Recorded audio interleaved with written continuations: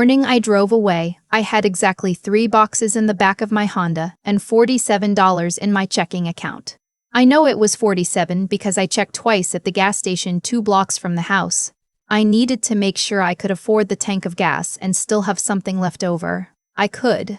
Barely. What I did not know, what I could not have predicted standing there at the pump watching the numbers climb, was that 6 weeks later, my aunt would be calling me from a blocked number because she was too embarrassed to let her name show up on my screen. But I'm getting ahead of myself. I had been living with my grandmother since I was 22. That's important context. I didn't move in because I was broke or directionless. I moved in because she had a fall in the bathroom and my mom, her daughter, decided that someone needed to be there and that someone was going to be me. I was the youngest. I was single. I worked remotely. The logic, as my family presented it, was airtight. What they did not tell me, what I would only figure out over the next 3 years, was that someone needs to be there meant me managing her medications, driving her to appointments at Piedmont Hospital every other week, handling her Medicare paperwork, cooking 5 nights a week, and essentially running a one-person home care operation while paying $800 a month in rent for the privilege. $800 for a house I was functionally maintaining. My aunt set that number. She lived in Alpharetta, 40 minutes north, in a 4-bedroom house with a 3-car garage. She came by maybe once a month, sometimes less. She would walk in, look around, make a comment about how the kitchen needed organizing, eat whatever I had made, and leave. My grandmother, for her part, loved me. I want to be clear about that. She was not the problem. She was a 79-year-old woman who called me baby, even when I was 26, and who kept a photo of me on her nightstand from my high school graduation because, she said, I looked so hopeful in it. We had a real relationship. That part of those 3 years I don't regret. What I regret is staying quiet about everything else. The thing about being the responsible one in a family is that nobody ever actually acknowledges what that means. They just take it as given, like gravity. I was there, so of course things got handled. My grandmother's blood pressure medication was refilled every month, so clearly that was just happening on its own. Her insurance claim after the water heater broke, that got sorted, so obviously it wasn't a big deal. Her tax documents for 2023, which took me 2 full weekends to organize because she had been keeping receipts in a shoebox for 4 years. Done, no problem. My aunt never once said thank you. What she did say, during a family dinner in March, was that I was lucky to be living rent-free. I did not correct her. I should have. But I had learned by that point that correcting my aunt in front of the family produced exactly one outcome: a week of passive texts and my mom calling me to say I needed to keep the peace. So I kept the peace. For 3 years, I kept the peace. For 3 years, I kept the peace. The peace cost me a boyfriend, one job opportunity I turned down because it required relocating, and approximately $11,000 in out-of-pocket expenses that I never once submitted for reimbursement because asking felt like it would start a fight I didn't have the energy to have. The conversation that ended everything happened on a Tuesday. My aunt had called a family meeting, which in our family meant she had an agenda and everyone else had to show up and listen. My mom drove down from Marietta. My uncle, my aunt's husband, was there. 2 cousins I barely spoke to anymore. Everyone sitting in my grandmother's living room, the living room I vacuumed every Sunday, by the way, like we were having a board meeting. My aunt had decided that my grandmother needed to move into an assisted living facility. I want to be careful here because I understand that's sometimes the right call. I'm not saying the idea itself was wrong. What I'm saying is the way it was presented. We've been looking at some options, my aunt said, as if we was a committee she'd been chairing, and we think Magnolia Gardens in Dunwoody would be a good fit. My grandmother looked at me, not at her daughter, at me. I said, "When did this get decided?" My aunt gave me the kind of look that meant I had already said something wrong. "We've been discussing it." "With who?" Silence. She had discussed it with my uncle and with my 2 cousins and with no one else. My grandmother had not been consulted. I had not been consulted, and yet here we were, being informed.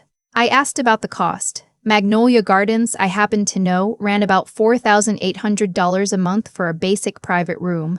I had looked at facilities the year before when my grandmother had a bad month and I'd wanted to have a backup plan ready, so I wasn't guessing.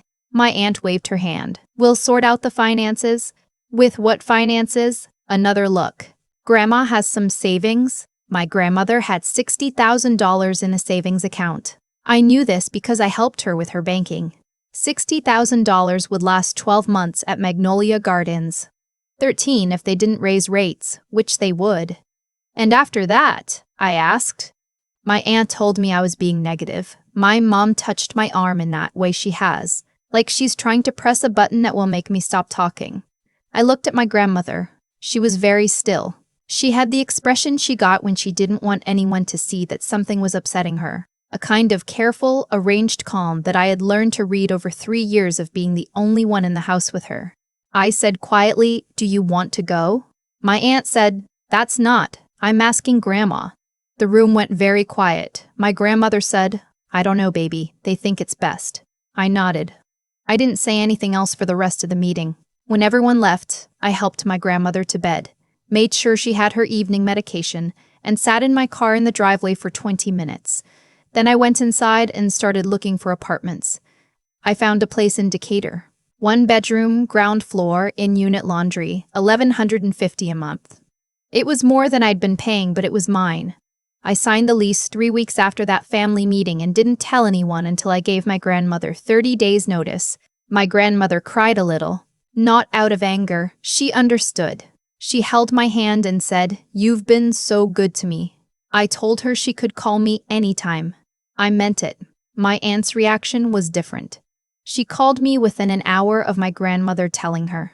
The conversation lasted 4 minutes because I let her talk for 3.5 of them and then said I had to go.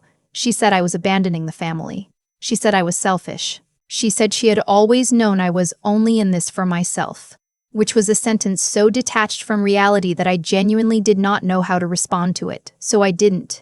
What I did not know was that she was also planning a dinner. My move-out day was a Saturday in October. Perfect weather, the kind Atlanta gets in the fall when it finally stops being 90 degrees, and the air actually feels like something. I had rented a small U-Haul, and a friend of mine named Sandra came to help me carry boxes.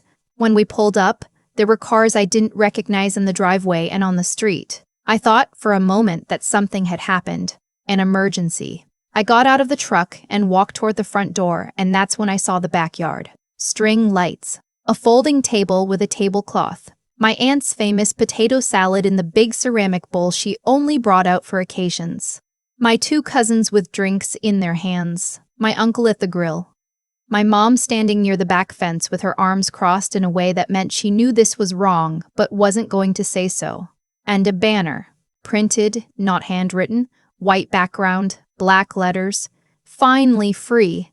Good luck out there." My aunt saw me and smiled. "We're celebrating," she said, with the energy of someone who had rehearsed this moment. Sandra was behind me. I heard her make a sound I can only describe as involuntary.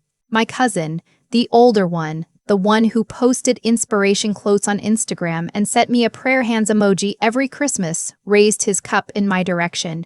"Cheers," he said. "Fly free." I stood there. I did a calculation. The boxes in the truck, the amount of energy it would take to respond, the fact that my grandmother was somewhere inside this house watching all of this. I said, "I'm just going to grab the last few things from my room." My aunt's smile faltered, just slightly, because she had expected a reaction and I wasn't giving her one. Sandra followed me inside. She put her hand on my arm in the hallway and whispered, "Are you okay?" "Yes," I said. "Take photos of that banner before we leave." She understood immediately. She pulled out her phone. I got the last box from my room. I stopped by my grandmother's bedroom. She was sitting in the chair by the window, the one that faced the side garden. She wasn't watching the backyard. She was looking at the roses she planted 15 years ago. She said without turning, "I'm sorry, baby." I said, "Don't be." I hugged her for a long time. She smelled like the lavender hand cream she'd used for as long as I'd known her. Then I walked back through the house, past the celebration I was not going to be performing for, out the front door, and into the U-Haul. Sandra sent me the photos on the drive to Decatur. 3 of them. Clear, well-lit, my whole family smiling under a banner about how glad they were I was leaving. I saved them to a folder I labeled simply October. Here's what I knew that they didn't. For the past 3 years, I had been doing more than caregiving. My grandmother's sister, a woman in her 80s who lived in a condo in Sandy Springs, had wanted to leave my grandmother a portion of her estate when she passed. She had a modest investment account and no children. She'd been meaning to update her will for years.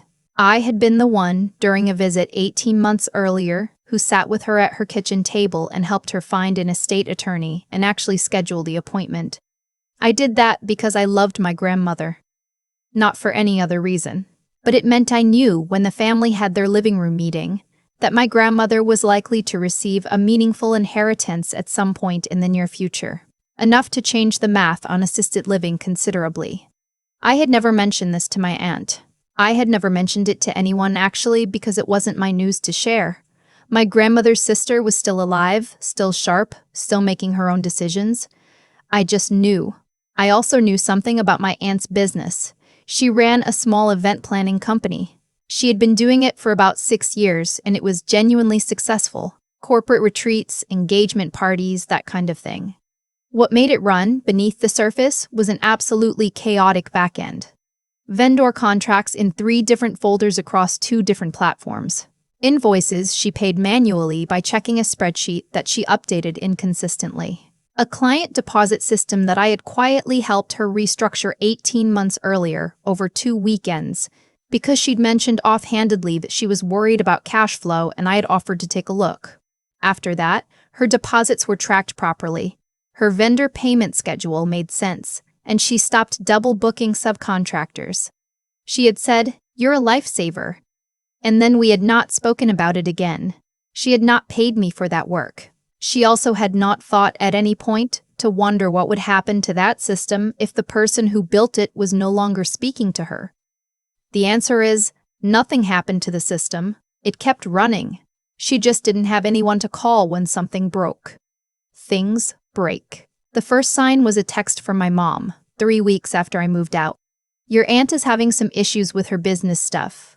Do you know anything about the vendor tracking thing you set up?" I set my phone down and made myself a cup of coffee. I drank it looking out the window of my apartment, watching a neighbor walk a very small dog in a very large sweater.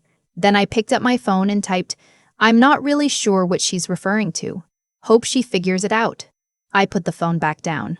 The second sign came from my cousin, the younger one, who was less theatrical than his brother and occasionally texted me memes, which I think was his version of maintaining a relationship.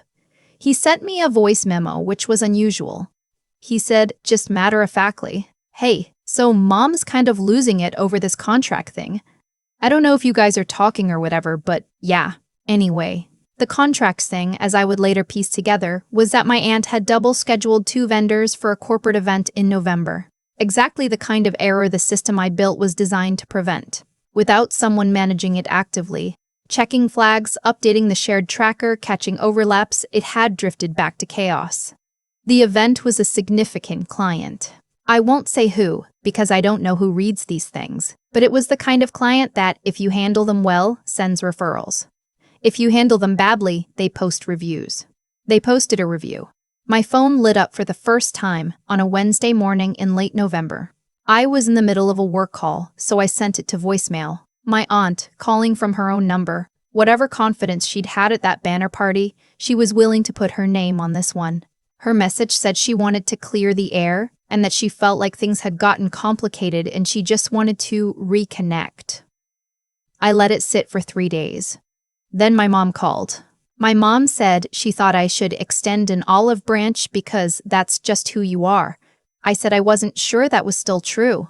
My mom was quiet for a moment and then said she thought my aunt was really struggling. I said I was sorry to hear that.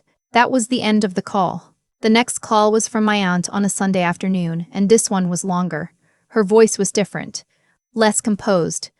She said she had lost the corporate client. She said she had 2 events in December. She was worried about staffing correctly. She said she didn't know how the tracking had gotten so messed up because she thought she'd had a system. She had a system. I built it for her. I was wondering, she said, if you might have any time to take a look. I could pay you. The word pay was interesting, coming from her. It had never occurred to her before. I said, I appreciate you reaching out. I need some time to think about whether that's something I'm able to take on right now. She said, of course, I completely understand. She called again 4 days later. I did not answer.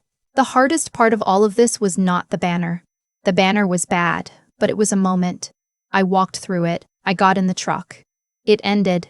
The hardest part was the weeks right after I moved out, when I would lie in bed in my new apartment listening to traffic sounds I wasn't used to yet, and I would think about my grandmother in that chair by the window, looking at the roses. I would think about whether she was okay, whether her 6 p.m. medication was being managed, whether anyone was noticing that she sometimes skipped breakfast if no one was there to make it with her. I called her every other day. She called me on the days in between. She told me that my aunt had hired a part-time home aide. She said the aide was nice. She said she'd started watching a show on Netflix that she thought I would like, and she described the entire first episode to me over 20 minutes, and I listened to every word. She also told me, carefully, that my aunt had asked her about the money, meaning the potential inheritance, and that she had told her daughter it wasn't something she wanted to discuss right now. My grandmother said she was not happy about that. I said, I imagine not. She said, you knew, didn't you, about what Aunt Ruth was planning to leave me? I said, I helped Aunt Ruth find her attorney, that's all. My grandmother laughed, just a small one. You are so much smarter than they think you are, baby. I did not help my aunt with her business. I thought about it for a long time, actually. Longer than she probably deserved. There is a version of this story where the bigger person reaches back in and fixes things, and maybe that version is admirable. I went back and forth. In the end, I decided that being the bigger person and being someone's unpaid IT department were two different things, and I had been confusing them for years. I referred her to a business operations consultant I knew through work. Sent a name and a number by text, no additional context. My aunt replied with a thumbs-up emoji. That was the last message between us for a long time. My grandmother's sister passed in February. It was not unexpected. She had been in declining health since fall. The estate took 4 months to settle, as estates do. When it did, my grandmother called me on a Tuesday afternoon and said, Baby, I want to take you to dinner somewhere nice. We went to a restaurant in Buckhead, the kind with white tablecloths and bread that comes in a little basket. My grandmother wore her blue dress. She had her hair done. We sat by the window. She told me she was staying in the house. She had enough now to stay in the house with good care for as long as she needed. She had also, she told me quietly, updated her own will with the same attorney Aunt Ruth had used, and she had been very specific about what she wanted. I didn't ask questions. That wasn't the point of the dinner. The point was the bread basket and the way the light came through the window, and the fact that she reached across the table at one point and put her hand over mine and said, I see you. I always have. I had to look out the window for a second. My aunt sent me a card in the spring. A real card, paper, mailed to my apartment, which meant she'd had to ask someone for my address because I hadn't given it to her. Inside, in her handwriting, she wrote that she was sorry for the party. She said she had been caught up in something, and that looking back she didn't recognize herself. She said she hoped I was doing well. I put the card in a drawer. I haven't responded. I'm not sure I'm going to. I'm not angry anymore. That part has mostly burned off. What's left is something quieter and harder to name. Something like the understanding that you can love someone's potential and still protect yourself from who they actually are. My grandmother still has the photo of me from high school graduation on her nightstand. I know because I saw it when I visited last month. I asked her if I really looked that hopeful. She said, "You still do." I think I'm starting to believe her. If anyone asks whether I regret not stepping in to help my aunt when she was struggling, I don't think that's the right question. The right question is why no one ever asked whether I was struggling during 3 years of managing everything with $47 in my account and no one bringing me potato salad. I still have the photos Sandra took. The banner, the backyard, everyone raising their cups. I don't look at them to feel angry. I look at them sometimes to remember that I know exactly what happened, even when the people who were there have started to revise the story in their own heads. The banner said, "Finally, free." They meant it as an insult. Turns out, they were right. I've thought a lot about what actually happened in that backyard. Not the banner. The banner was just fabric and ink. What I keep coming back to is my aunt's smile when she saw me walk around the corner. It was so ready. She had been waiting for that moment, had planned for it, had bought string lights and printed a sign and made potato salad for it. And when I didn't give her the reaction she'd rehearsed against, the smile went a little wrong at the edges. Just slightly. Just enough. That's the thing nobody talks about when they tell you to be the bigger person. Being the bigger person is supposed to mean absorbing it, taking the hit and saying nothing. What I've learned is that there's a version of not reacting that isn't absorbing anything at all. It's just knowing. Knowing what you know, holding it quietly, and walking back to your truck. I had spent 3 years making myself useful in ways that were invisible. The medication refills, the insurance calls, the banking, the weekends at my aunt's kitchen table rebuilding her vendor system from scratch. None of it showed. None of it was named. When you do work that keeps something from breaking, the people around you only notice when it breaks. They don't notice the 1,000 times it didn't. That's not a complaint. It's just cause and effect. Actions have weight whether or not anyone is watching them get placed on the scale. I built something real. It held. And when I stopped holding it, the weight redistributed. The way weight always does. What I didn't understand for a long time is that intelligence without boundaries is just a resource people extract from you. I was good at systems. I was good at seeing what was broken and knowing how to fix it. And because I was good at it, and because I didn't say no, it became expected. Worse than expected, it became invisible. I was not smart and helpful. I was just there. The same way a functioning water heater is there. You only notice it when the water runs cold. The morning I signed my lease in Decatur, I sat in my car in the parking lot for a few minutes before going inside. Not because I was scared. Because I wanted to feel it. The specific weight of a decision I had made entirely for myself. Nobody asked me to do it. Nobody needed me to do it. I just needed to live somewhere that was mine. That feeling is what I keep trying to describe when people ask if I regret not helping my aunt when things fell apart. No.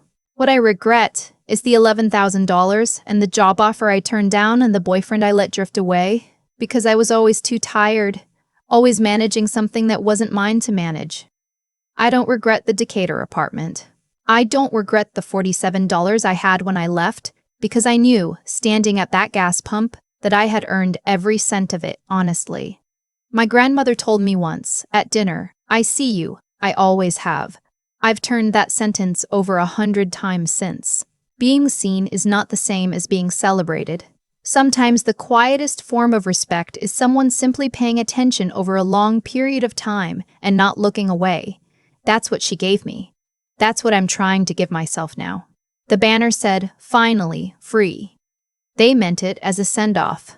As proof that they had won something, I kept the photos, not out of bitterness, out of clarity. There are people in your life who will rewrite the story the moment it stops serving them. The photos don't lie. The $47 don't lie.